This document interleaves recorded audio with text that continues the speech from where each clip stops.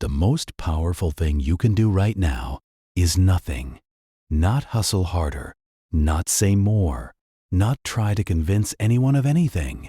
Just stop. And in that stillness, something shifts.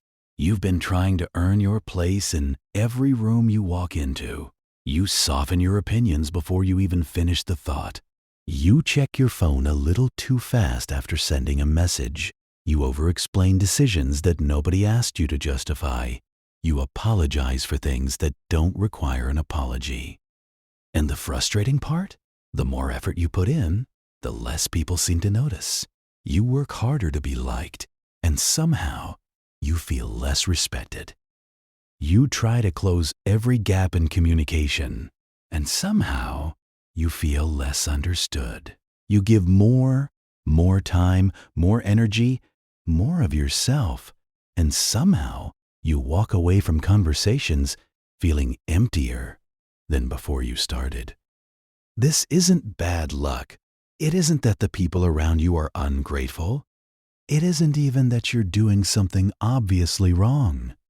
It's that you're operating under a belief that was installed in you long before you could question it. A belief that says, if I give enough, if I stay available enough, if I make myself easy enough to be around, then I will be valued. That belief feels like kindness, but it functions like a trap. Because here's what's actually happening beneath the surface. Neuroscientists call it habituation. It's the brain's built-in mechanism for filtering out anything that stays constant. When a stimulus remains unchanged, the hum of the air conditioning, the weight of your watch on your wrist, the person who is always reachable, always agreeable, always present, the brain stops registering it as significant. You have become background noise. And no amount of effort will fix that, because effort isn't the problem. Over-availability is. This matters enormously, not just as philosophy, but as practical psychology. Research in self-determination theory, developed by psychologists Edward Deci and Richard Ryan over decades of study, draws a precise line between two modes of motivation. Intrinsic motivation is when you act because the action aligns with your values, your identity, your genuine sense of direction.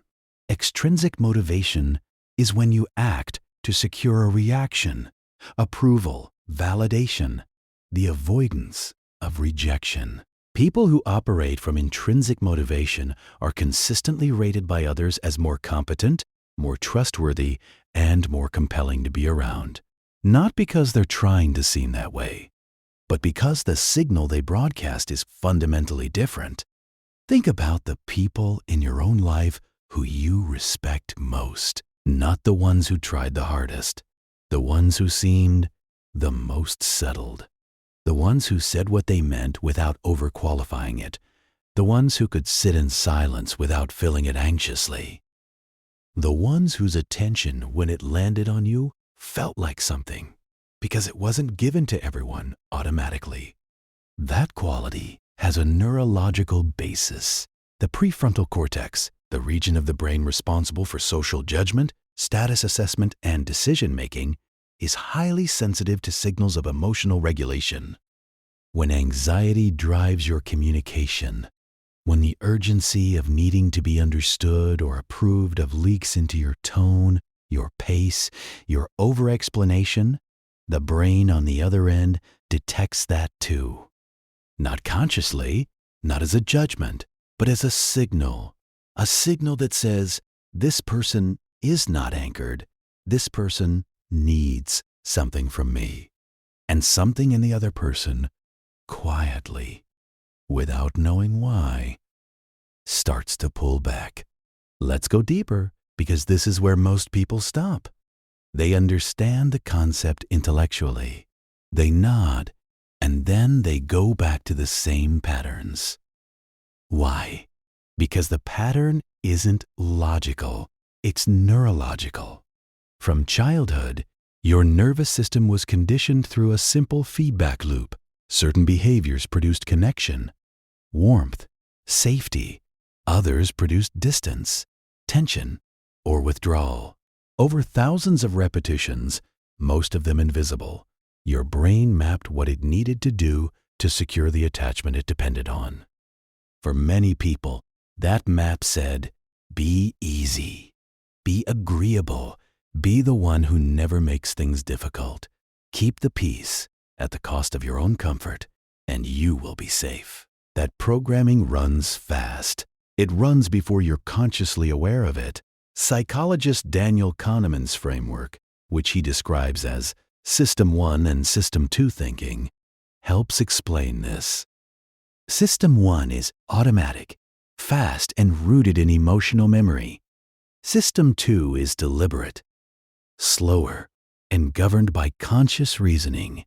Most of your social behavior is System 1, the quick reply, the unnecessary apology, the softened opinion. These aren't choices you're making. They're reflexes your nervous system executes before your prefrontal cortex has a chance to weigh in. And here is where the real work begins. Because Stoic discipline is not about suppressing System 1. It's about training it, slowly, deliberately, through repeated exposure to discomfort, until the reflex itself changes. The moment you bring it into awareness, the moment you see clearly that the pattern is not who you are, but a strategy your nervous system developed for survival, something becomes possible that wasn't before. You can change it. Not overnight, not through willpower alone, but through consistent small acts of self-governance that retrain the system over time. Every time you allow a pause before reacting, you are carving a new groove. Every time you say no without a 3-paragraph explanation, you are signaling to your own nervous system that you are safe. Every time you choose presence over performance, being somewhere rather than trying to manage how you appear, you are updating the map. This is what the Stoics meant by practice. Not meditation as a weekend retreat, practice as a way of moving through every single moment of your life with just a little more awareness than the moment before. So here is what this looks like in practice. 5 specific disciplines, each one small, each accumulating. The first discipline: stop explaining yourself to people who didn't ask. You make a decision and preemptively defend it to people who haven't challenged it. You express an opinion and immediately soften it with, "But I could be wrong," or "I don't know, maybe." These aren't acts of humility. They're acts of preemptive self-defense, a way of managing the other person's potential judgment before it arrives. And while it feels protective, it actually signals the opposite of confidence. It signals that you don't fully believe you have the right to think what you think or do what you do. The second discipline: create a deliberate gap between stimulus and response. Behavioral research on emotional regulation shows that even a 2-second pause, intentional, conscious, activates the prefrontal cortex and reduces the influence of the amygdala, the brain's threat detection center. 2 seconds. That is not a long time, but in that gap, your character lives. Without it, you are a reflex. With it, you are a responder. Practice it in low-stakes moments. When someone sends a message, wait before opening it. When someone says something provocative, breathe before speaking. When a situation feels urgent and you feel pulled to react immediately, that urgency is almost always System 1 speaking. Let System 2 wake up. 2 seconds. Then decide. The third discipline: let some things go unanswered. Not every challenge deserves a response. Not every criticism requires your defense. Not every provocation needs to be engaged.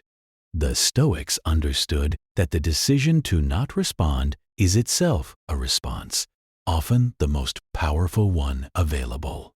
When you become selective about what receives your energy, you become harder to predict, not in a manipulative sense, in the sense that you are no longer governed by external inputs.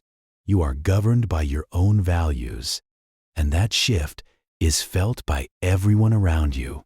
The fourth discipline: audit your environment without drama, not a massive life overhaul, just honest attention.